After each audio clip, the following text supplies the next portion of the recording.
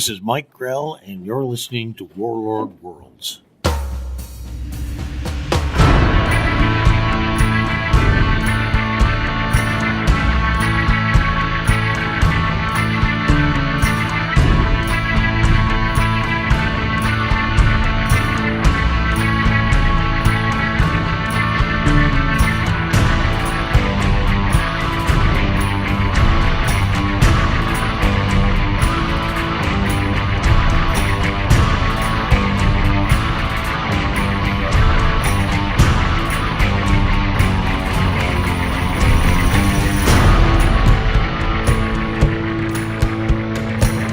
Welcome back, and thank you for listening to Warlord Worlds, a fan podcast devoted to the comic creations of writer and artist Mike Grell, including the Warlord, Jon Sable, and Green Arrow. I'm Ruth. And I'm Darren, and this is a fan podcast. We're not affiliated with Mike Grell, and the opinions expressed are just ours. We do this podcast simply because we enjoy reading and talking about the comics of Mike Grell. The number of issues covered in each episode varies based on story arcs. Today we're talking about the Warlord number 37 through 39, which includes the first appearance of a significant character, and I'm sure everyone will enjoy that. And we have a special guest, Sean Ross of the Pulp to Pixel podcast network, who will be discussing one of his favorite Green Arrow and Black Canary stories from Green Arrow number 31 and 32. We'll also continue our coverage of the Legion of Superheroes by Mike Grell with issues 214 and 215. Our special guests joining us for that segment are Philip Schweier of Comic Book Ben and Chris Karnes of Bat Books for Beginners. If you enjoy the podcast, please check out MikeGrell.com. That's his official site. You'll find his convention schedule, photos, and news updates there. Mike has upcoming convention appearances in Dayton, Ohio, Philadelphia, Pennsylvania, Spokane, Washington, Fort Myers, Florida, Knoxville, Tennessee, and he's just added Raleigh SuperCon to his schedule, which is local for us, so we're looking forward to seeing Mike this summer. As always, pre-orders for convention sketches may be placed through Scott Kress at CatskillComics.com. And if you can't make it to a convention but would still like to get an original drawing, then Scott Kress can help you with that. Just make your request at CatskillComics.com. On his website, Mike Grell marked the passing of Harry Selby, who is one of his heroes and the man he called the real-life Jon Sable. Also at the website is Mike's director's commentary for the Longbow Hunters, where Mike shares his memories of the series and his love of the character. Any fan of the series will enjoy the post, so we definitely encourage you to check it out. In addition to Mike's website, we also recommend the Mike Grell page on Facebook. The site features lots of great news and images and is expertly run by Gus Ceballos and Jeff Messer. Mike Grell's variant covers continue for the current series. Recent covers include issue 36, which features Green Arrow gasping for air as he's trapped in a flooding room. Issue 37 is a dramatic monochrome image. Green Arrow is holding Emiko, who has been shot with an arrow. And issue 38 is a nice montage of multiple characters that forms an image of a shield. All of these covers are wonderful, and we hope every Mike Grell fan is collecting the variant issues to show DC just how much we love his work on Green Arrow. There's some other news that should interest fans, and we want to thank Martin Gray, Kieran Williams, Professor Allen, Mark Sweeney, Joe Crawford, and our friends at Weird Science DC for making us aware of it. That big news is that the Warlord is currently appearing in the pages of the comic Trinity, which features Superman, Batman, and Wonder Woman. The storyline begins in issue 17, and it's terrific to see the Warlord in the DC Rebirth world. Let's all hope it leads to a new Warlord series. So many wonderful friends messaged us about this, and we hope we remembered all of the names. If not, please let us know, and we'll be sure to give you a shout out next time. And we do enjoy giving shout-outs to our friends and sharing listener feedback, so please feel free to write to us anytime and join in on the conversations. We'd love to hear your thoughts about any of Mike Grell's titles. We'll provide our email address and other ways to reach us at the end of the episode. Warlord Worlds is part of the Rad Adventures podcast network. If you enjoy the show, please consider checking out our other podcasts that are available on iTunes, Stitcher, Google Play, and YouTube. Xenozoic Xenophiles covers the post-apocalyptic adventure series Xenozoic Tales, featuring Cadillacs and dinosaurs by writer and artist Mark Schultz. And Trekker Talk is devoted to the adventures of 23rd century bounty hunter Mercy St. Clair from the pages of the sci-fi comic Trekker by writer and artist Ron Randall. Mike Grell, Mark Schultz, and Ron Randall are our favorite comic creators. Their stories are always filled with adventure and interesting characters, and their art is excellent. We hope you'll try out our other shows, and we'll be sure to include links to those podcasts in our show notes. The Warlord, number 37, September 1980. A Horse of a Different Color. Written and illustrated by Mike Grell. Inks Vince Coletta. Colors Adrian Roy. Letters Ben Oda. Editor Jack C. Harris.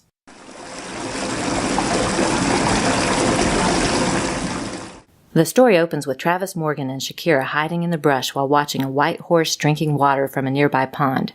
Morgan is maneuvering into position to leap onto the steed, but Shakira is trying to discourage him. However, he doesn't listen and springs onto the horse's back. The horse rears up, and we see why Morgan was so interested. The horse spreads its wings, revealing that it is a Pegasus, and it flies into the air trying to shake Morgan from its back. Shakira races along the ground, but soon loses sight of the flying winged horse. Suddenly, a snare is triggered and wraps around her, but Shakira's cat-like reflexes are quick, and she cuts the snare with her spear before it can tighten around her. She sees the man who triggered the trap in the bushes, but when he steps forward, she sees that he is actually a centaur. He races forward in another attempt to capture her, but with her quick reflexes, she easily trips him, and as he falls to the ground, she puts her spear to his neck. He introduces himself as Arvok Thunderhoof and looks at her fondly, claiming he intended her no harm, but she has no interest in hearing his excuses. The only thing that will save him from her spear is if he helps her find Morgan and the winged horse who flew overhead. He knows where the Pegasus will take Morgan, and he tells her she will likely never see him alive again. He leads her to a jagged rock spire with a temple at the top far above. He tells her no human can climb the rock spire. But Shakira transforms into a cat and begins to leap from narrow ledge to narrow ledge. Meanwhile, the Pegasus has landed at the temple at the top of the rock spire. Morgan begins to look around, amazed by the many intricately detailed statues that decorate the temple. Then he is surprised by a beautiful woman with green hair who is dressed in a green flowing dress. She introduces herself as Astarte and shows Morgan around the temple. She offers Morgan a glass of wine, but just as he moves it towards his lips, a black cat leaps from the shadows, knocking the glass of wine to the ground, and Shakira the cat begins to claw at the face of the woman in green. Morgan looks down at the partially spilled wine and realizes that it was poisoned, and then he realizes the intricate statues surrounding him were once people who were tricked into drinking the wine. The woman in green rises from the ground, her face covered in scratches. She raises her arms, which transform into wings, as she turns into a giant harpy who flies to attack Morgan. But Morgan grabs the partially spilled glass of wine and throws it at the harpy. She suddenly turns into stone and crashes to the ground, breaking into pieces. Shakira chastises Morgan for his poor choice in women, and he tells her he would prefer not to discuss it as the two climb onto the Pegasus and fly away. The cover features an image of Travis Morgan on the left side holding his sword. On the right is Shakira in her human form, and below her is her cat form. Mike Grell uses the double-page title page to reveal the horse has wings, with a stunning image of it trying to throw Morgan from its back. We've mentioned before just how well Mike Grell draws horses, and a Pegasus is no exception. It looks amazing in every image. I love seeing how competent Shakira is in this issue. Traps can't stop her, an armed centaur can't stop her. A spire of jagged rock can't stop her, and Morgan is saved by her once again. And she does all of this while looking terrific in every panel. The sequence where she bests the centaur is filled with many wonderful panels, including the bottom of page 8, where she is holding her spear, and all of page 9, where her profile on the left side creates the border for many of the panels on the page. The page when the woman in green transforms into the harpy is another favorite with great panel layouts. This is an excellent issue. The Warlord number 38, October 1980. The Shape of Things Gone By. Written and illustrated by Mike Grell. Inks Vince Coletta. Colors Adrian Roy. Letters Todd Klein. Editor Jack C. Harris. Travis Morgan and Shakira are riding upon the Pegasus from the previous issue when Morgan announces he has decided on the name Firewing for his winged steed. They ride higher into the sky, and Morgan points out the entrance to Skataris, and Shakira sees the sun from the outside world for the first time. Morgan then turns Firewing back toward the coast of Shambhala, where he notices a ship under attack by a giant leviathan in the sea below. But it's not the kind of ship he should see in Skataris. It looks like a yacht, and the name Lady J is painted on the side. 2 men are on deck firing guns at the creature. Morgan leaps from Firewing and buries his sword Hellfire into the brain of the giant leviathan, killing it, and it sinks into the ocean waves. Morgan climbs aboard the yacht and finds Pat Chambers safe, but Harry Grimes has been mortally wounded. He then hears another voice, a familiar voice, and turns in surprise to see his daughter, Jennifer. He left her in the care of her Aunt Marie after her mother died. She was 8 years old at the time, and Morgan didn't want her to grow up alone on an Air Force base when he was away on so many missions. She is now a grown woman and has been searching for the father she thought had died in a plane crash until she heard the mysterious story of a man named Ben Stryker who claimed Morgan was living in a world at the center of the earth.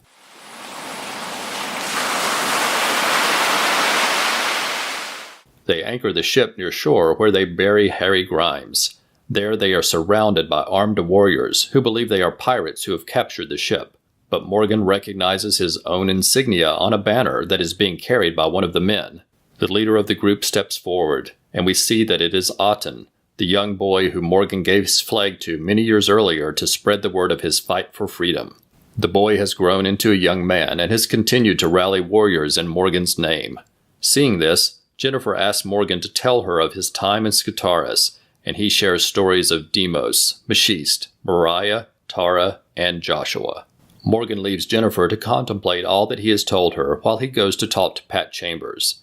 Morgan suspects there is more to the story, and Chambers admits to being a friend of Ben Stryker, and he manipulated Jennifer into searching for her father.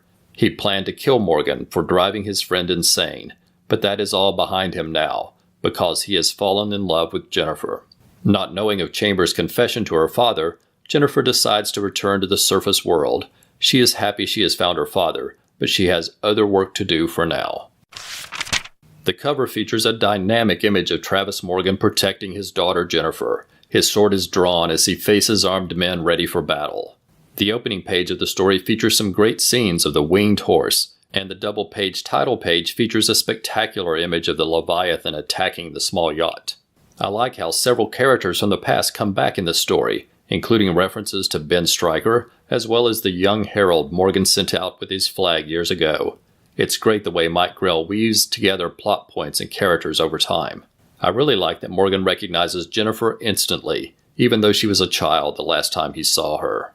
I didn't remember that Jennifer showed up this early in the series, but it's a great development and foreshadows many stories to come. Plus, it's perfect timing since Jennifer is featured in the new Warlord storyline from the pages of Trinity that we have mentioned earlier in the show. The Warlord, number 39, November 1980. The Feast of Agravar. Written and illustrated by Mike Grell. Inks, Vince Coletta. Colors, Adrian Roy. Letters, Todd Klein. Editor, Jack C. Harris. The story opens with Travis Morgan bidding farewell to Aten, the herald who continues to spread the word of freedom and the warlord. Morgan and Shakira ride into the sky on Firewing, but are soon attacked by several giant pterodactyls.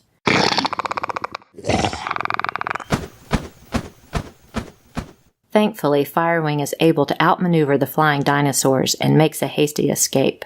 On the ground, we see a figure in the shadows watching the battle, and he reports the failure of the attack back to a mysterious unseen master.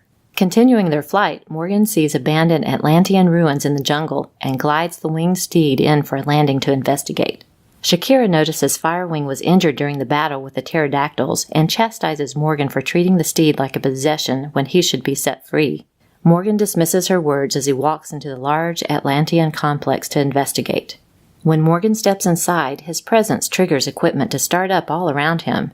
The noise attracts Shakira's attention outside, and she comes inside to find Morgan.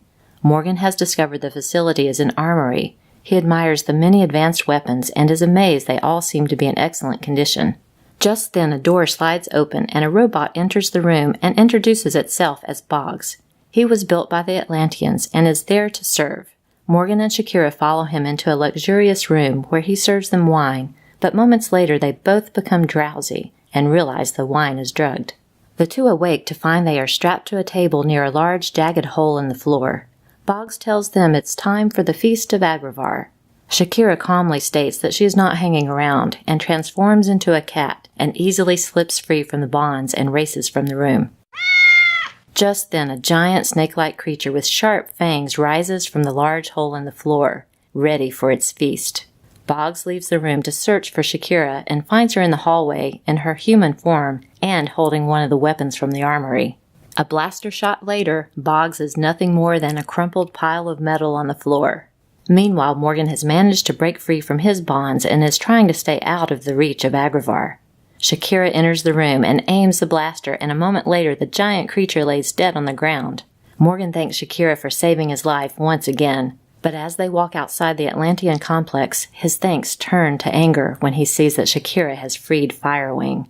She tells him that if Firewing chooses, then perhaps their paths will cross again, and Morgan finally realizes that she has been right all along.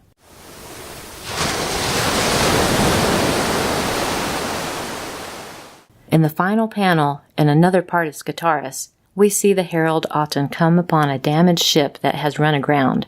It is the yacht, the Lady J, but Jennifer Morgan is nowhere to be seen. The cover features an image of Travis Morgan riding on Firewing. His sword is drawn, and he is ready to battle the pterodactyls surrounding him. The double-page title pages by Mike Grell are always a treat, and this one is no exception. It's an action-packed image of Morgan and Shakira on Firewing as several pterodactyls attack. Mike Grell perfectly captures Firewing's look of fear and distress in the image. The following page of their escape from the pterodactyls is a favorite, with great panel layouts and swooping action scenes. Shakira comes to Morgan's rescue once again, and I like that, even though this time she didn't figure out the wine was drugged in time. The cliffhanger ending is exciting, and I want to know what happened to Jennifer, but that will have to wait for another time.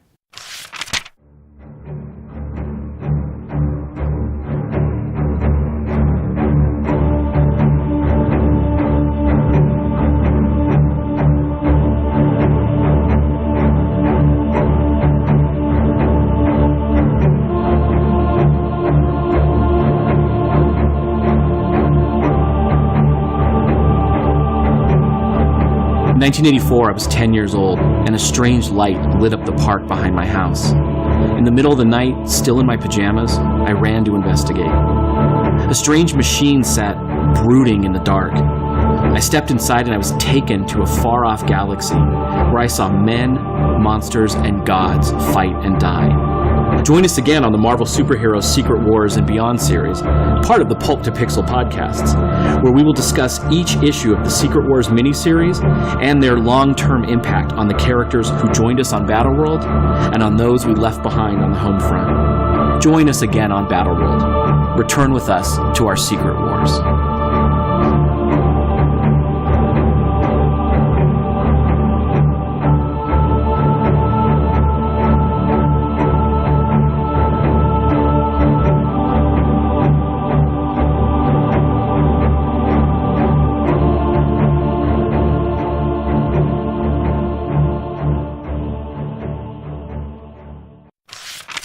Joining us next is Sean Ross, who you probably know from the Pulp to Pixel podcast network, where he and Dr. G host a variety of excellent podcasts, including Welcome to Astro City, Secret Sagas of the Multiverse, Dial G for Gamer, Marvel's Secret Wars and Beyond, and MotuCast, based on the Masters of the Universe. Sean's a big fan of Mike Grell's Green Arrow, and this two-part story is a favorite of his, so we're very excited that he wanted to share his thoughts on these issues.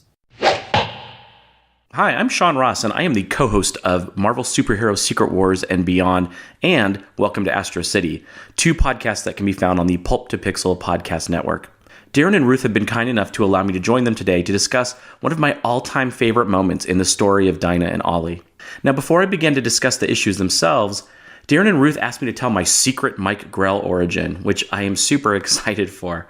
I began collecting comic books back in 1982. At the time, I was really young, and so I was drawn to comics like G.I. Joe and Spider-Man and Justice League of America. As I got older, my tastes in comics began to broaden, and when I was 13, I had to really suddenly leave my home and my father, who I was living with, and move to a new state to live with my mom. Being a teenager is tough enough, but now I was faced with a new city, a new school, and having to make new friends and all of the challenges that presents. As is probably true for most of you who collect comics, I found comfort and companionship in the characters that I loved. However, age and maturity were starting to change my tastes, which is probably true for most of us as we grow a little bit older. And these new hardships I was facing with this very sudden move were expanding my desire for more complex stories and sort of more nuanced stories where the characters were facing hardships that, at least emotionally, mirrored my own. And I found that in my new comic shop in my new city. And on the first day when I went to check it out, I saw Green Arrow, The Longbow Hunters, issue 1. Now, I liked Green Arrow in the JLA, but when I picked up the issue off the stands and I leafed through it, Mike Grell's art just grabbed me immediately. I mean, the way Ollie had aged, the way Dinah and he interacted, and the really visceral nature of his arrows piercing skin, it just made it feel more real. It made it feel sort of like exactly what I was looking for in my search for newer and deeper stories. You know, gone were the boxing glove arrows and the shouting matches with Hawkman. And instead, I found a character facing hardships and just trying to make it through the day. And that really hit me as I was navigating my own hardships. So I was hooked. I loved the mini, and then I was ecstatic when I found out it was going to become an ongoing. And Grell's courage in maturing a character like Green Arrow and like Black Canary, and then removing them from that four-color world and affixing them more permanently and more firmly on the street and sort of in real life, really stretched the bounds of what was capable of being done in comic books. I mean, Green Arrow is a book that should be discussed more as a game changer for the industry. It was a book that led me from G.I. Joe to Watchmen, and it helped bridge me from Spider-Man to Sandman. Now, not to say I don't still love those books, but it was the gateway for me into the expanding and growing market for mature comics and for sort of a new style of comics. So that's my Mike Grell secret origin. He was really my entry point. He was my bridge into the world of more mature comics and into, you know, the kinds of comics combined with the others that I love, like G.I. Joe and JLA, that would sustain me as a collector for decades. So that's my secret origin with Mike Grell. Let's go ahead and move on to the issues themselves. So today I'm going to be covering Green Arrows 31 and 32, which were written by Mike Grell. Now, these are not drawn by the standard artist on the book at the time, Dan Jurgens, who I love, but in fact by a fill-in artist, Grant Meem. And they're inked by Frank McLaughlin, lettered by John Costanza, and colored by Julia Lacomette. Both books are edited by Mike Gold, who is the normal editor on the book at the time. The title of the two-parter is The Canary is a Bird of Prey. So Green Arrow 31 opens with an interesting scene that catches the reader by surprise. There's a group of neighbors, and they're at a backyard barbecue when a car drives by and makes noises imitating a drive-by shooting. So this is a really odd little scene, right? These aren't real bullets being fired. It's clearly meant to just scare or intimidate the people at the barbecue. The neighbors all head inside looking for safety, you think. And so in a more predictable comic, that would be what was occurring. But in this case, the car speeds back around and it fires real bullets at the house. And it's, you know, the house is being pelted. But in a twist, muzzles appear from within the house and they start firing back. They start returning fire. We cut away from this really exciting opening scene to Ollie and Dinah, who are at the park flying a kite. So we get a nice little contrast of this action and then this tranquil, peaceful family scene. Ollie has a really funny interaction with some kids, and Dinah, who's watching nearby, sort of pulls inward on herself. And we can tell, for those of us who've been longtime readers of the book, that she's reflecting on something that's occurred before. And what it really calls back to is that famous scene in Green Arrow, The Longbow Hunters, where she tells Ollie that she will not have children with him because she will not raise orphans. And so we know the idea of children and of raising children is kind of between them, and which is another nice little sign of these characters having aged and grown, which is one of the trademarks of Grell's run. We cut back to a news report to that same neighborhood, and we find out that in that neighborhood, some drug dealers have moved in. They've taken over an abandoned warehouse, and they've turned it into a crack house. And the neighbors are being interviewed, and it's a nice tool for us to get some exposition, because they're talking about, you know, these cars coming in day and night and drug dealers on the street and this increased level of violence, and that they want this gone from their neighborhood, and they've called the police and they've reached out and nothing seems to be done. So some of the community members rally, and they happen to be former military, which is why we saw that armed response earlier to that drive-by scene. So the police get interviewed as well, and this is particularly interesting because they seem completely disinterested in being involved, which is odd. It is a level of disengagement that indicates that maybe something bigger is going on. During the news report, a neighborhood woman had spoken out really vehemently, saying that not only had she watched these cars come into the area, but she had taken down their license plate numbers. And so that's going to make her a bit of a target. Now, the next day, some kids in that neighborhood are leaving a class at school, and the son of the woman who wrote the license plates down is shot. This again gets reported by the news, and Ollie, who is watching, just grows furious and decides to act. Now, he does so without notifying Dinah, or without properly preparing for any sort of interaction, any sort of violent interaction with a gang. He heads down to the warehouse area, and he's going to storm into action. Now, he sneaks his way into the warehouse, and he sees the man behind the drugs that are coming into the neighborhood, and it's somebody we recognize. It's Reggie Mandel, the drug lord that we first met in Green Arrow issue 6. Ollie's caught up in this moment. He gets careless, and he's caught. And the issue ends with Dinah waking suddenly from a dream where she senses that the man she loves is in danger. So that brings us to Green Arrow number 32. Now, this issue opens with Dinah still shocked by the sense that Ollie is in trouble. She holds herself for a moment, but then she dresses for battle because this is Dinah Lance Warrior. This is Dinah Lance Black Canary. The violence is still escalating in the neighborhood, which is being witnessed by this young girl who's been in the background of both of the issues. Dinah reaches out to the police with her concern about Ollie, but again is rebuffed and is rebuffed in a way that indicates that either this department is corrupt or maybe there's more to this story than we know. While all of this is occurring, Ollie's being tortured at Reggie's command to see what he might know about this larger drug shipment they're expecting and to see what information he may have gleaned or who else he may have involved. We once again return to the police, but we learn that their seeming indifference was not in fact a callousness or a corruption, but they know this drug deal is happening. They know the gang is bringing these drugs in, and they're laying a trap to capture them. They have an undercover agent in the gang, and they are enacting a police action that will result in a number of arrests, unless it is interfered with by, say, a vigilante who has gone in half-cocked. So Dinah doesn't know anything about the police's plans, just as Ollie did not before her. And so she reaches out now, this time to the community members, and she's asking them if they've seen Ollie or if they have any information or any idea where he might be.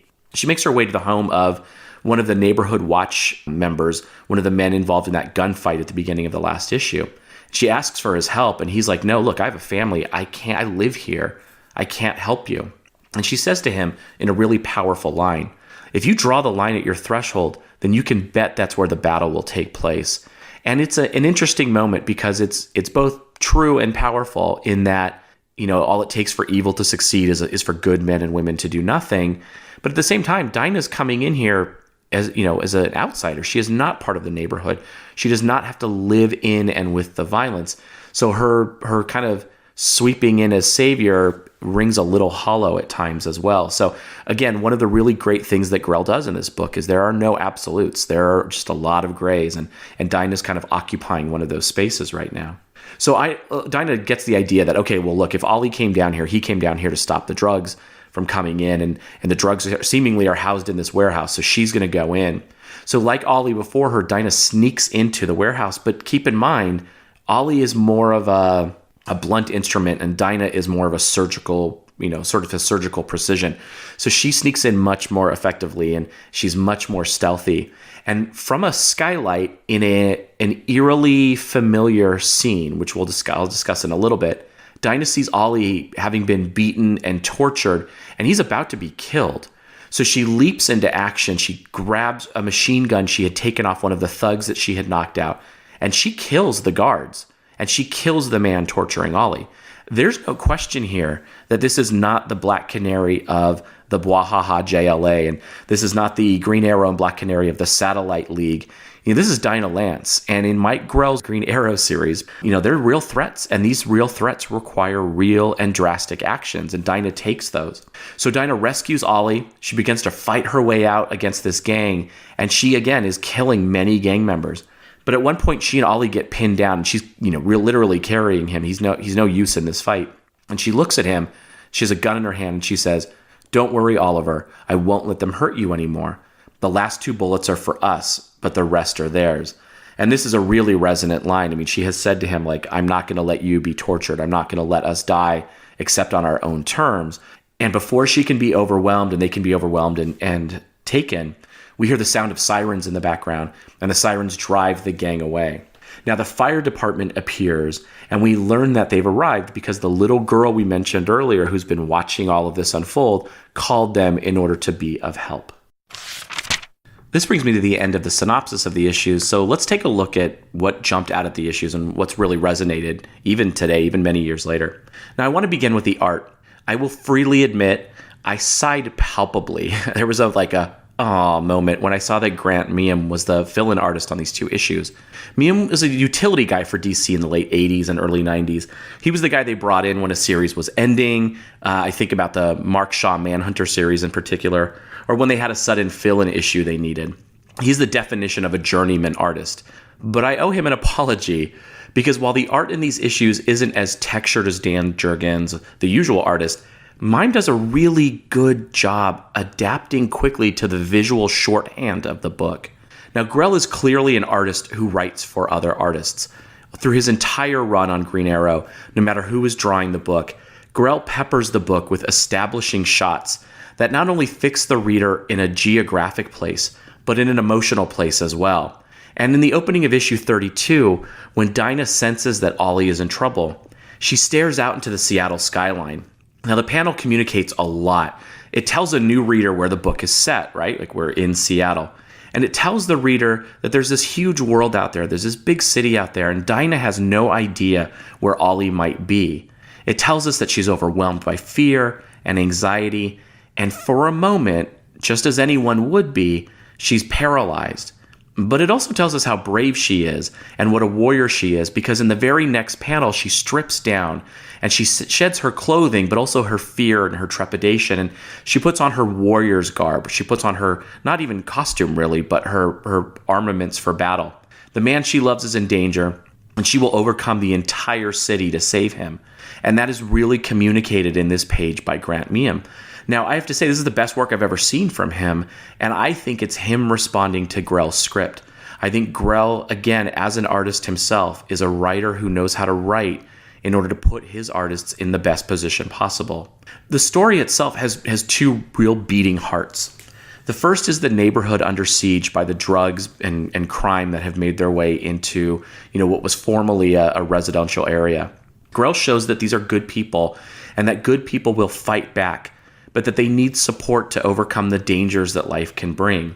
He shows that the police are doing their jobs, but that as they do so, at times, they have to do it with a necessary but disturbing disregard for the safety of some over the good of the many. They have to allow the drugs to come into a point so that they can capture more of the dealers when the big shipment comes in. But, in that interim, people have died. And it's fitting end to the two-parter that Dinah and Ollie are ultimately saved by a girl from the neighborhood, doing what she can to help by simply calling the fire department. So that community is its own character in this two-part arc, and that is truthful to the book, because Grell is very much telling the story of a city and of a place and of a time. But for me, the bigger heart of the two-parter, and this is the exact reason I asked Darren and Ruth if I could cover these issues, is that a number of moments from Grell's Green Arrow book, from its entire run, have stayed with me over the years. But few of them are as crystallized in my mind as the moment when Dinah says to Ollie, "The last two bullets are for us." That moment really cemented Dinah's character for me. She is a fierce, passionate, and loyal woman who will do anything to protect her loved ones, even to the point of ending their lives before they can die at others' hands. And that was such a powerful moment. And that, when I think about, Dinah Lance, when I think about Black Canary, and especially when I think about the two of them as a couple, I think about that moment quite a bit. And so, again, it was really great for me to get to go back to these issues. Now, her character's further fleshed out in the really purposeful parallel that these two issues draw to the Longbow Hunters miniseries that I've mentioned a couple times. In that miniseries, it is Dinah who is captured and tortured, and it's Ollie who must rescue her from near death. Now, in that series, Ollie murders the man who tortured Dinah, and it changes him forever. This time, the positions are reversed, and Grell has Ollie tortured, and it's Dinah who must kill in order to save him. Grell and Meehan understand the parallels, and they underscore the parallels by having Dinah and Ollie depicted in very similar fashion. So this time, it is Dinah who finds him, and she sees him in the way he saw her in the Longbow Hunters, which is through a skylight as he is being hurt and humiliated and is about to die. Now, the Longbow Hunters miniseries, it takes some grief, and it's taken some grief over time for the treatment of Dinah. People have accused Grell of hurting Dinah in order to advance Ollie's narrative.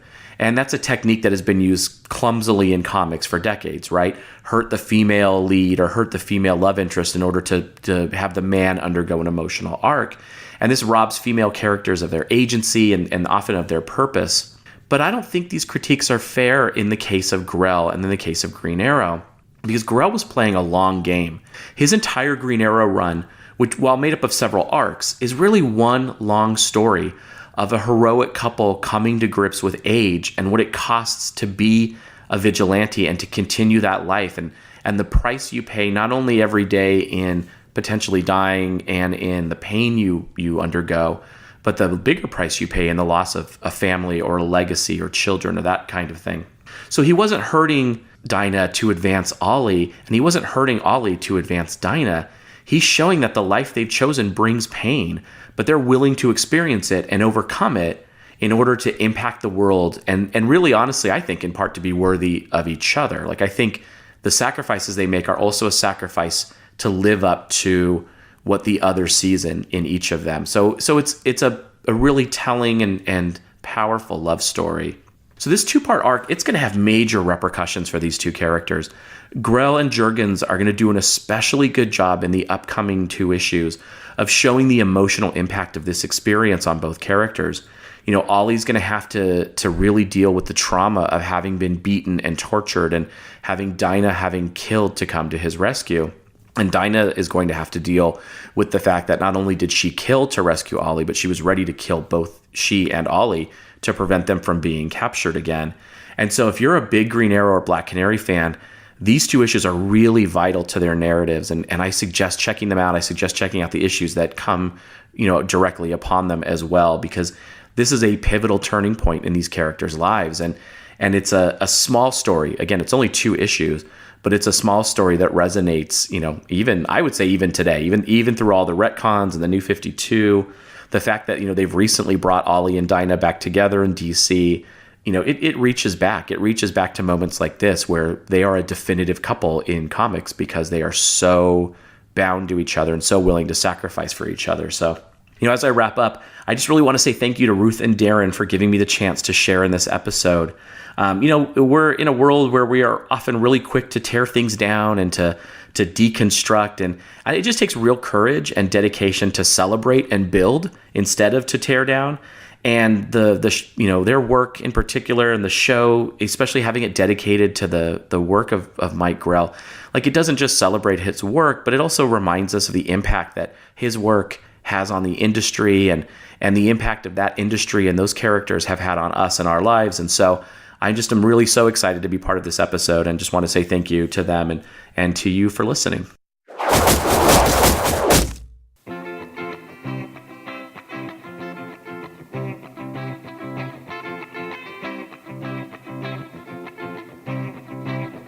You might be wanting Batman's brave deeds, so you go looking for something to read. But there's a pile from ego to hush, which trade is great and which to flush.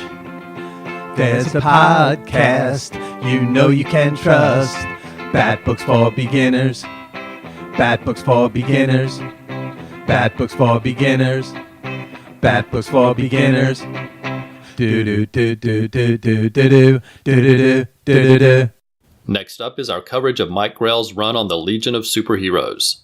Mike started his career at DC Comics with a brief run on Aquaman, followed by a long run on the Legion, where his excellent artwork quickly won over fans, and he remained the artist on the book from issues 202 through 224, and he continued to do covers for quite a while after that. Knowing there are many knowledgeable Legion fans, we invited guests onto the show to discuss these stories, and we're very excited to have these experts covering these fun issues. Joining us today to discuss issues 214 and 215 are our friends Chris Karnes of Bat Books for Beginners and Philip Schweier of Comic Book Bin. And if you're a Legion fan or just interested in learning more about the team, then we encourage you to visit the Legion of Superbloggers. That extensive site features news, reviews, and discussions from a great group of dedicated fans. We highly recommend the group, and we'll provide links to their site in our show notes, and we'll send out a big thank you to Russell Burbage from the group, who has been very supportive of our coverage.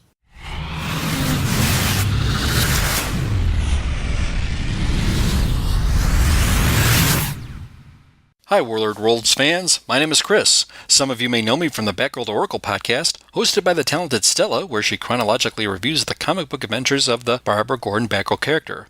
I have a segment on the show where I review the 90s Batman Adventures title based on the animated series. And I have such taglines like, "That's like finding a comic book with Mike Grell art to fill a hole in your collection."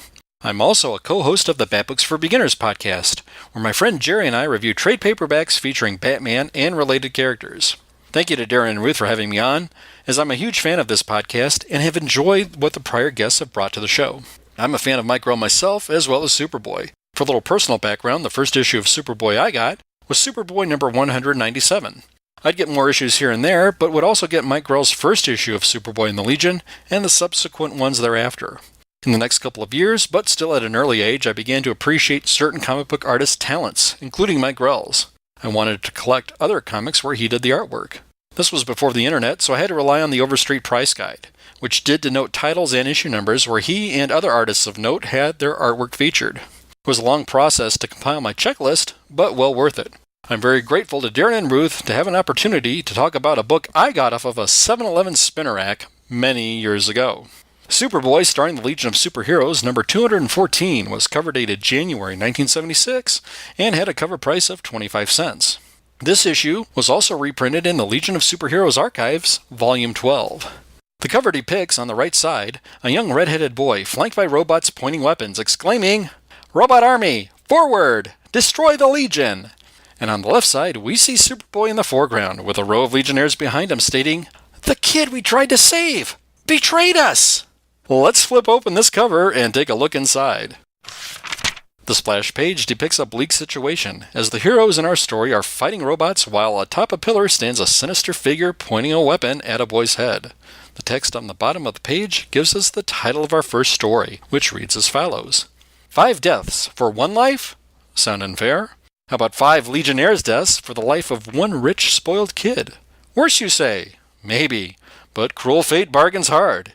And for a superhero, there is no price too high. No Price Too High was written by Jim Shooter and art by, of course, Mike Grell. It took me a couple seconds to find them in the credits. They were cleverly drawn in the wheel caps of 2 different robots. The Legion roll call for this story is Superboy, Brainiac 5, Karate Kid, Shadowlass, and Wildfire. Our story opens on the planet Garich, a factory world whose entire surface is covered by one enormous manufacturing complex. Our heroes have arrived stealthily to the planet and are there to fix a malfunctioning defense computer, which have made the planet's auto defenses to go haywire.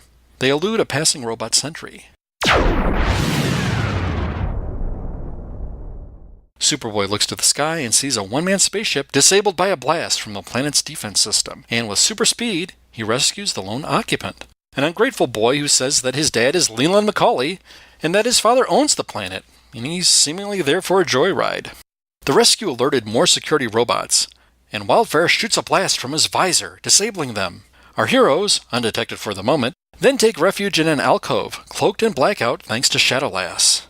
They reluctantly agree that the spoiled boy will have to accompany them on their mission for his own safety, even if another battle ensues. The word fight prompts the boy to try to speak to the robots, and he emerges from the cloaked alcove before the Legionnaires can stop him.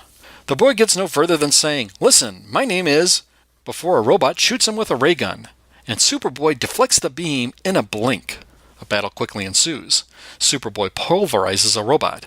Karate Kid kicks a robot's head cleanly off, and Wildfire blasts a robot. Just then, another robot seizes the boy and orders the Legionnaires to surrender, or else the boy dies. The Legionnaires do just that, surrender, and are taken to a different area. A gray-haired, dark-robed man emerges and calls himself the Overseer. The Overseer says he was a former security head on the planet and was fired by Leland McCauley III 5 years prior. The Overseer begged to stay on without pay, but his offer was refused. Now he remains on the planet as a ruler over the machines, and if the Legion tries to escape, he'll have the boy killed. And if they cooperate and be eliminated, the Overseer will let the boy go to spread the word that the planet Garich is now ruled by the Overseer. Left alone, the Legion realize that the Overseer does not know that the boy is the son of Leland McCauley III, and if he did, the Overseer would kill him. Superboy uses super ventriloquism to warn the boy, but the boy refuses to believe Superboy and summons a robot guard to bring the Overseer to him. The Legionnaires have a squabble on how to proceed, and if the boy is worth all this bother. Superboy intervenes and tells the group a life is at stake. Just as the Overseer arrives to meet the boy, Wildfire is able to temporarily immobilize his vocal cords, making him unable to speak. Later, outside a spaceport, the Overseer plans to execute the Legion. The boy sees the name of his father written on the spaceship, and he says in front of the Overseer, the name on that spaceship is that of his dad. Infuriated, the Overseer then turns the gun on the boy. Superboy quickly tells the Overseer not to shoot, and he offers a deal. Let the boy go, and the Legion will agree to get blasted by the Overseer. Before the Overseer can answer, the boy bites the Overseer's hand. Then, the Legion acts quickly. Superboy and Wildfire disable the robots, and Karate Kid leaps and takes out the Overseer with a flying kick. The boy starts to cry, and he's consoled by Shadowlass. Afterwards, Brainiac 5 is able to get the planet's computerized security system in order, and the boy boards another ship and admits he was bad, selfish, and only thinking of himself before departing. Shadowlass asks Superboy if he would really have honored the deal of sacrificing themselves to the Overseer. Superboy says that he and Wildfire were already invulnerable to the Overseer's weapons. Brainiac 5 is wearing a force field belt, and that Superboy would have wrapped Shadowlass and Karate Kid in his invulnerable cape. After all, Superboy only agreed to let the Overseer blast them, but he didn't say they would die. And with that, Superboy winks to us, the readers. The end. Next up, a tight 6-page story entitled Stay Small or Die, which was written by Carrie Bates and art by Mike Grell and Bill Pratt. The story opens with Salute Digby, also known by her heroic name, Shrinking Violet, laying on a medical table hooked up to a device called a video dream scanner. Shrinking Violet is having a nightmare, and in her dream we see that she is in her shrinked size, entwined in blades of grass, and about to be seized by sharp talons from some orange creature. Saturn Girl and Brainiac 5 are monitoring her. From their conversation we learn that Sunboy almost crushed Shrinking Violet in the gymnasium when she was 3 inches tall, and since then she's been afraid to use her power. Saturn Girl and Brainiac 5 discuss courses of treatment, and it's surmised that if Shrinking Violet doesn't snap out of it, she will quit the Legion. Brainiac 5 thinks he should use hypnosis, aided by a device called a beamer. However, Saturn Girl thinks adding even the slightest bit of stress could break her. Later that night, Brainiac 5 goes into Shrinking Violet's quarters as she's sleeping, and he uses the hypnotic beamer device on her.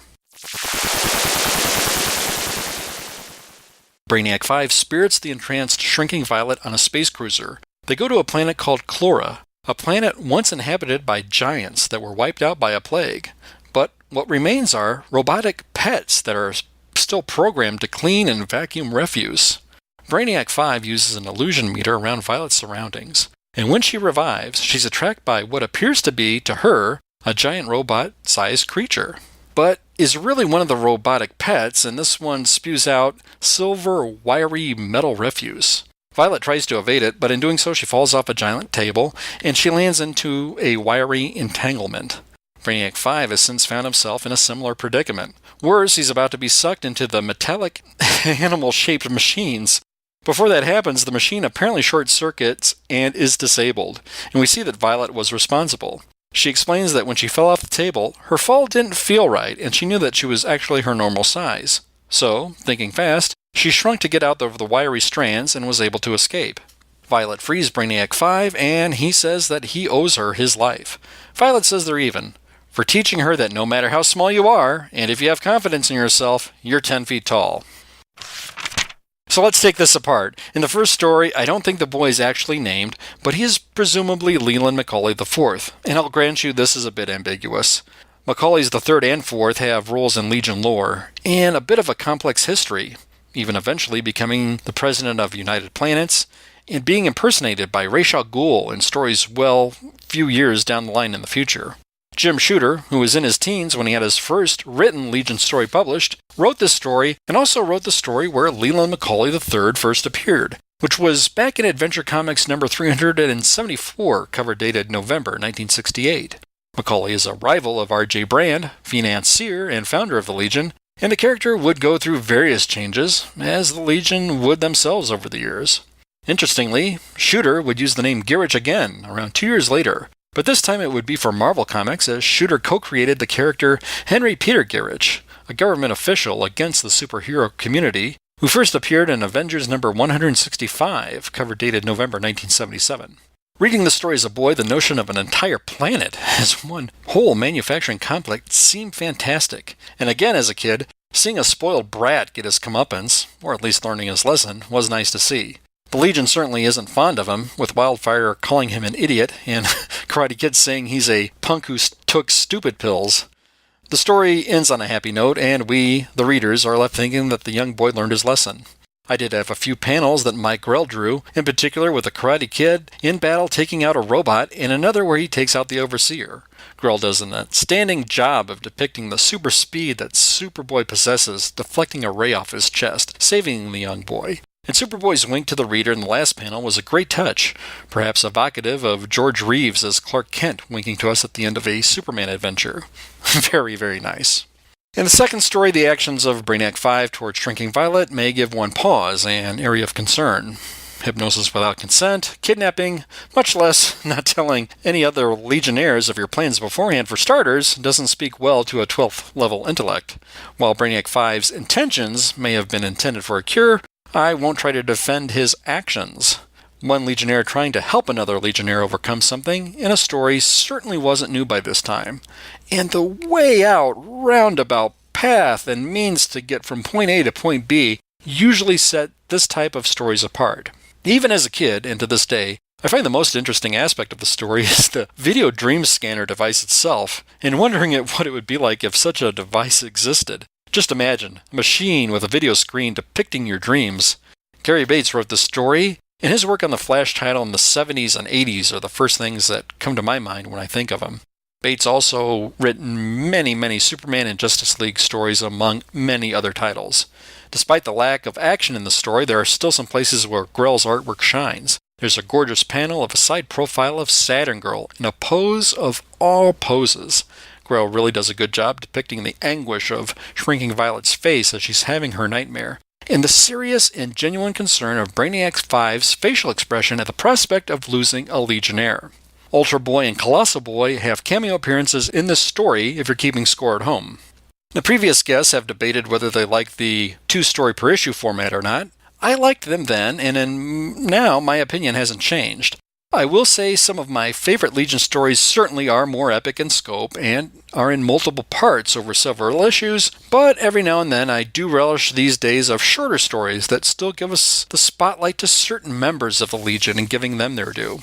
I can't finish my segment without commenting about some of the things in this issue itself. First off, one of the names printed in the letter column looked familiar to me, and it was from now current comics professional Sandy Jarrell, who, along with others, wrote in and clamored for a Black Legionnaire. I was intrigued, and I reached out to Sandy Jarrell via Twitter to confirm if that Sandy Jarrell was indeed the same Sandy Jarrell who had worked on the recent Batman 66 title and currently does the great artwork on the DC Bombshells United title. He responded to me right away and confirmed that he was one and the same. He said he even sent in a design for a Black Legionnaire, really realizing it was about time for one. I replied that I agreed, and I thanked him for replying to my question, and more so for what he did back then. He kindly said, "The day where he can't take a second to reply to someone will be a sad day." The exchange made my weekend. What a great guy. Sandy Jarrell also has his own website called sandyjarrell.com, where you can find his blog Funny Bookin', along with his artwork and shop. So, mild spoiler for a future guest reviewer, a new Legionnaire is coming soon. The letter column also announced that Karate Kid will be getting his own title, and astute Mike Grell fans know that Mike Grell will do cover art for several issues of the series, including the first issue. The issue also had some fun ads reflective of its times.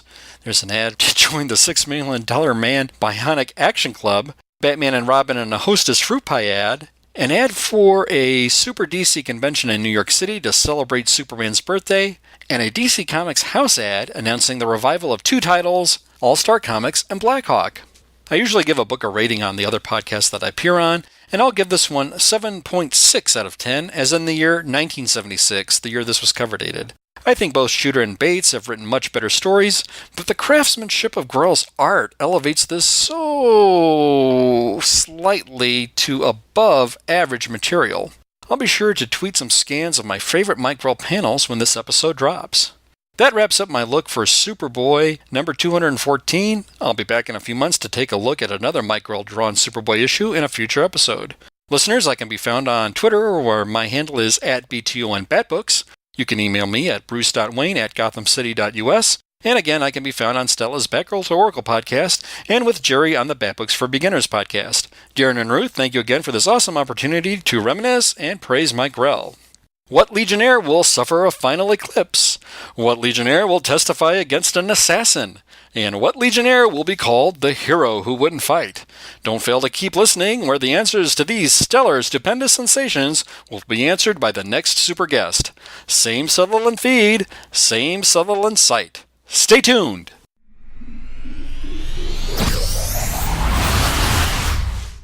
Hello, my name is Philip Schweier of comicbookbin.com, and this is my review of Superboy and the Legion of Superheroes number 215, published in December 1975. This is one of those issues in my collection for which I have a very distinct memory. It was one of a handful of comic books I found in my stocking Christmas morning 1975. I remember a few others, but this one stands out specifically. It contains two stories, the first being The Final Eclipse of Sunboy, written by Cary Bates and illustrated by Mike Grell. Bates seemed to write many of my favorite titles from the mid-1970s, Superman, Action Comics, and Justice League, among others. The story begins with a handful of Legionnaires, Superboy, Sunboy, and Element Lad, returning from a mission in space. Along the way, they are to pick up Phantom Girl, who has been vacationing on her homeworld of Bidgetizzle, where all the inhabitants share her phantom-like abilities. During her stay there, she witnessed a mob execution, and though she captured the assassin, her brother Maya is concerned she may be targeted to prevent her from testifying. Even though she's demonstrated she's a very capable Legionnaire, he's still her big brother, and very concerned for her safety.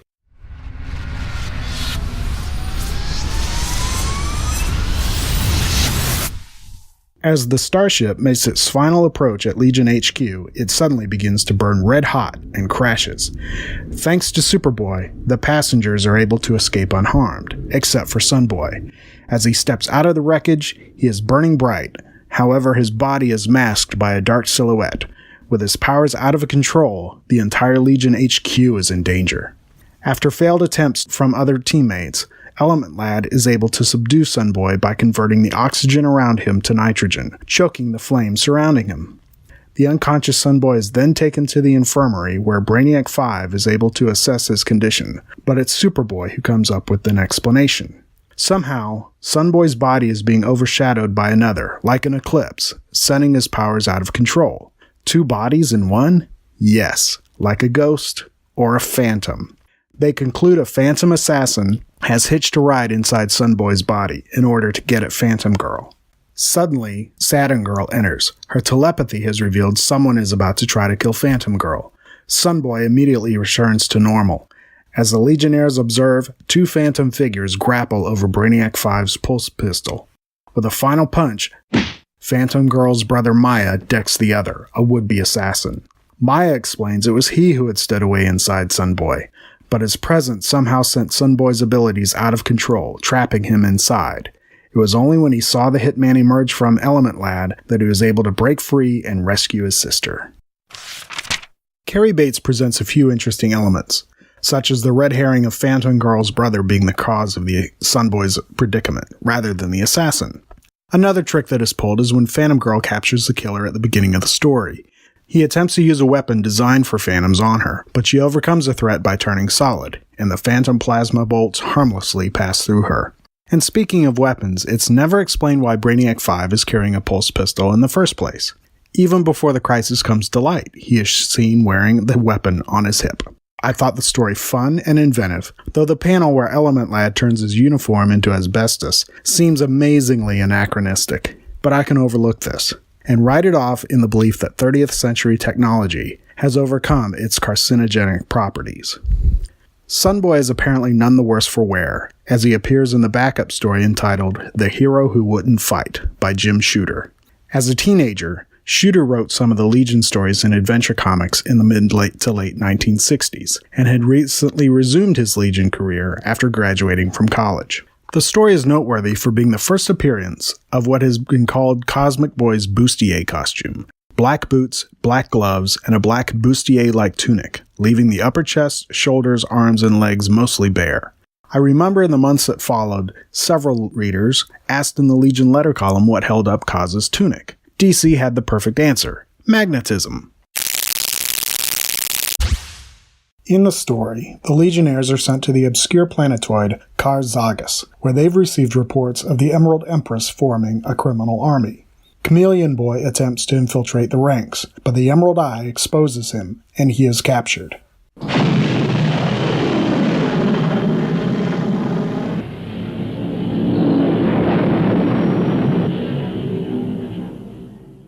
Meanwhile, more Legionnaires wait aboard a cruiser in orbit above the planet.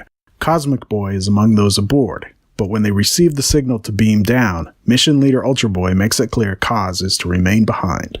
Shortly after they're beamed down, Lightlass beams back unexpectedly. The signal led the team into an ambush, and the others were captured. She begs Cosmic Boy to rescue them, but he explains why Ultra Boy left him behind. This is a special date on Cosmic Boy's homeworld of Brawl, in which the natives are forbidden from using their magnetic abilities. Were he to do so, it would bring shame on him and his family for generations. Lightlass continues to argue that their friends' lives are more important than his cultural beliefs. She pushes him to the edge until he is so angry he slaps her. Not a high point for any superhero, and it certainly wouldn't fly in today's more socially aware environment. Nevertheless, Cosmic Boy is prepared to attempt a rescue, and beams down to the planet, sneaks into where the others are being held, and tries to free them from the power dampening cells in which they are held. However, he is quickly discovered. With no time to spare, he appears to use his superpower to lift a heavy piece of equipment, later identified as a quadrastat, to free Ultra Boy, who then frees the others. And it's in that moment that Cosmic Boy is fatally shot by one of the Emerald Empress's men. But with the others now free, she and her lackeys are quickly defeated. Cosmic Boy lies dying, and the others acknowledge his sacrifice of setting aside his people's beliefs by using his powers. But in truth, he used his Legion flight ring to lift the quadrastat.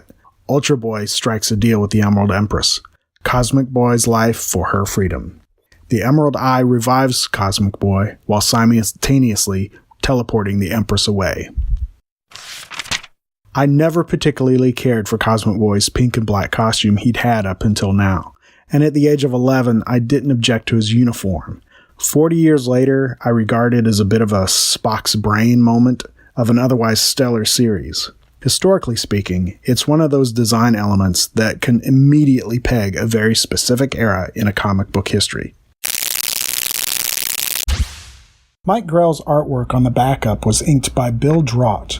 This was the first time I ever recall anyone else inking Mike's work, but it really comes as no surprise given how busy Mike was at the time. According to my research, in December 1975, Mike's work was featured in 4 different DC titles: a Green Lantern story in Flash number 240, a Green Arrow backup in Action Comics 457, Warlord number 2, and Superboy and the Legion number 215. He was quite the workhorse back then. The Too Old, Too New podcast, a show dedicated to reviewing books from the bins and recent reads. I'm Bill. And I'm Seth. Be sure to listen to us on our Too Old, Too New comic book podcast, where we talk about 2 old comic books and 2 new comic books every episode. Comic book fans, don't miss out. Too Old, Too New is available on iTunes, Podbean, Stitcher, and Google Play.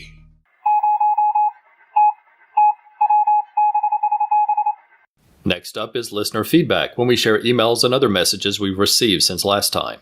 We appreciate each comment. They add so much to the show. Thanks to everyone who wrote in or got in touch through social media. Episode 18 of Warlord Worlds got a great shout out on social media from Chris Karnes of Bat Books for Beginners, who shared he was excited to hear Dr. Ange and Jeff Messer's Legion of Superheroes reviews. Ange of the Supergirl Comic Box Commentary wrote in about issue 35 of the Warlord to say, "Forgot about that wacky Grell inside the comic issue of Warlord. So much fun, and inspired by late night pizza. How Scrooge-esque." As Ange recalled, Scrooge saying to a ghost, "Your underdone potato, a bit of bad mustard. There's more gravy than grave to you." Jamie Ray let us know how excited he was to meet Mike Grell at a recent con. He said, "I watched him sketch, and he told me a couple of stories. I was gushing like a school kid. Jamie shared a great photo of himself with Mike Grell, and Jamie got a beautiful sketch of the Warlord from Mike as well. It's awesome. Follow him at I am Jamie Ray to see it. Brian Hughes also enjoyed seeing Mike Grell at a recent con, and Brian was kind to take the time to mention us to Mike, and it was fun to hear that Mike gave him a big smile when Brian mentioned our names. Thanks for sharing that with us, Brian. We really appreciate how nice Mike is with all of his fans, and enjoy hearing about those experiences from other fans like Brian and Jamie. Our friend Mike Garvey of Waiting for Doom and the DC OCD podcast let us know this just may be the year he gets to meet Mike Grell in person as well. That's because Mike will be in Australia this spring for the Supernova Con in both Melbourne and on the Gold Coast. That's terrific. Mike's co-host Paul Hicks met Mike at a con last year, and it's great Mike will get to see him this year. Terrific. The Comic Jam shared links to a Mike Grell interview that his friends at Spoiler Country Podcast did at the San Diego Comic-Con. Great stories. It was fun to hear, and we'll post links to that in the show notes so you can check it out. Matthew at Heath Hayden 1982 on Twitter wrote in to say, I just finished Mike Grell's run on Green Arrow, and while I feel a sense of accomplishment, I'm sad it had to end. 80 issues and a 4-issue mini, and we had no supervillains, but rather terrorists, crooked politicians, the Yakuza, scandals, bigots, and a crazy love triangle. All great. Randy Andrews of the excellent Soundtrack Alley and Gen 13 podcast shared his excitement of finding issues of John Sable and Shaman's Tears at a cool comic shop, Legend Comics and Coffee in Omaha, Nebraska. That's excellent, Randy, and it sounds just like the kind of comic shop that Clinton Robinson of Coffee and Comics blog and podcast would enjoy, too. Maybe you two will meet up there sometime. Rich Turnan dropped us a line saying, I'm a huge Mike Grell fan since Warlord came out in the 1970s. I'm such a nerd that I've modeled my own signature after his since I could sign my name. He shared a photo of his signature and it looks great. Very stylish and great to know the inspiration. Thanks for sharing that, Rich. Martin Gray of Too Dangerous for a Girl recommended that we check out a post by Rob Steger on Captain Comics Presents the Comics Roundtable. The post is called Rob Reads the Warlord. It is always fun to see what others think of the series, and we enjoyed reading it. You'll find a link in our show notes. And Martin let us know there was a recent nod to the Warlord in the Young Monsters in Love comic. Thanks for keeping us informed, Martin. We also recommend Mike Grell fans follow Simon Bari Brisbois on Twitter. He continues to share his great series of posts focused on the Warlord comics. He shares great images from the issues as well as his thoughts on each story. Jared Albrook, the yard sale artist and host of Comics with Normies, let us know he just read his first issue of Warlord and loved it. He read issue number 1, and it was given to him by the irredeemable Shag of the Fire and Water Podcast Network. It's great when friends look out for one another. Jared is also one of the hosts of the excellent show On Her Majesty's Secret podcast. He and his brother Jason and friends Delvin and Pat are watching and discussing all of the James Bond films, and you may just hear us making a cameo appearance on an upcoming episode or two.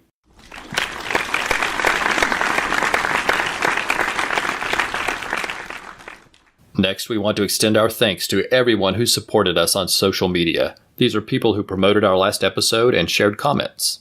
If we miss a name, please let us know and we'll include it next time. And do forgive us if we mispronounce your name. If that happens, let us know, and we'll be happy to correct it next time as well. The 20th Century Geek Podcast with Scott Weatherly, Alan Wright from BoldOutlaw.com, Ange of the Supergirl Comic Box Commentary blog, Ashford of the Ride On Network featuring Feathers and Foes and Straight Out of Gallifrey, Bill Beer of the Too Old, Too New podcast, Brian Mulvey, Cash Flag, Chris Karnes and Jerry Green of Bat Books for Beginners, Chris Mounts, Chris Sheehan of the Cosmic Treadmill podcast and the blog Chris is on Infinite Earths, Clinton Robinson of the Coffee and Comics blog and podcast, The Comic Jam, Comics in the Golden Age with Mike and Chris, Creator Talks with Christopher Calloway, Derek William Crabb of the Fanholes podcast and the History of Comics on Film, Diablo Frank of the Idlehead of Diablo Martian Manhunter blog, Diana Prince Wonder Woman, and Spinometer, Dr. G, Man of Nerdology of the Pulp to Pixel podcast network, Ed and Terry Moore of Till Productions, Grant Richter of Avatar of the Green and the Krakathoon podcast with the Long Box of Darkness, the Irredeemable Shag, a.k.a. Firestorm fan of the Fire and Water podcast network, Jay Grounds, Jared Albrook, the yard sale artist from Comics with Normies, Jay Jones of the Silver and Gold podcast, Jeff Messer of Geek Brain podcast and blog, Joe Crawford of the blog for the non-discerning reader, John Baker, who does sci-fi TV reviews at 3 of By Space, Justice's First Dawn with Mike Peacock, Karen Williams of the very sweet Between the Pages blog, Laurel Phillips, a.k.a. Mountain Flower, Mark Adams of Mark's Mess Podcast, Mark Sweeney from the ITG blog and podcast, Martin Gray of the blog Too Dangerous for a Girl, Michael Allen Carlisle of the blog Crapbox of Son of Cthulhu, Nicholas Prom of Comic Reflections, Pat Sampson of the Longbox Crusade, Paul Hicks of the Waiting for Doom podcast, Professor Allen of the Relatively Geeky Podcast Network, Randy Andrews of the Soundtrack Alley and the new Gen 13 podcast, Reggie Hancock of the Cosmic Treadmill podcast, Rolled Spine podcast, Warlock Thanos podcast, Weird Science DC with Jim, Eric, and Reggie, Wendy Freeman of the podcast Double Page Spread, and Worst Comics Podcast Ever with Cullen, Jerry, and John. Before we go, we want to provide our contact information. If you want to contact us directly or have something you would like to have read on the show, then please send us an email at warlordworlds@gmail.com. You can find us on Facebook, Twitter, and Instagram using the name Warlord Worlds.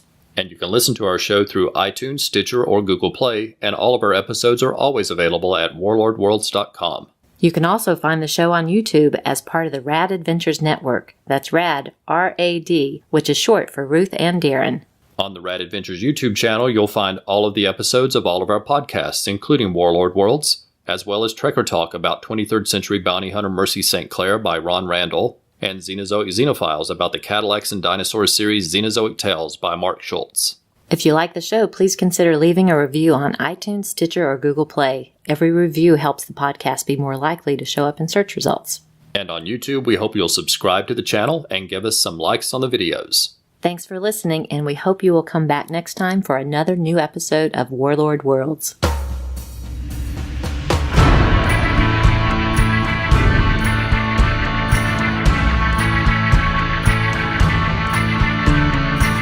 Warlord Worlds is a proud member of the Comics Podcast Network. For more information, visit comicspodcast.com. We are not affiliated with DC Comics or Mike Grell. The views expressed on the show are solely ours. Music is taken from the album Royalty-Free Instrumental Music for Movies and Websites. We make no money from this podcast and no copyright infringement is intended.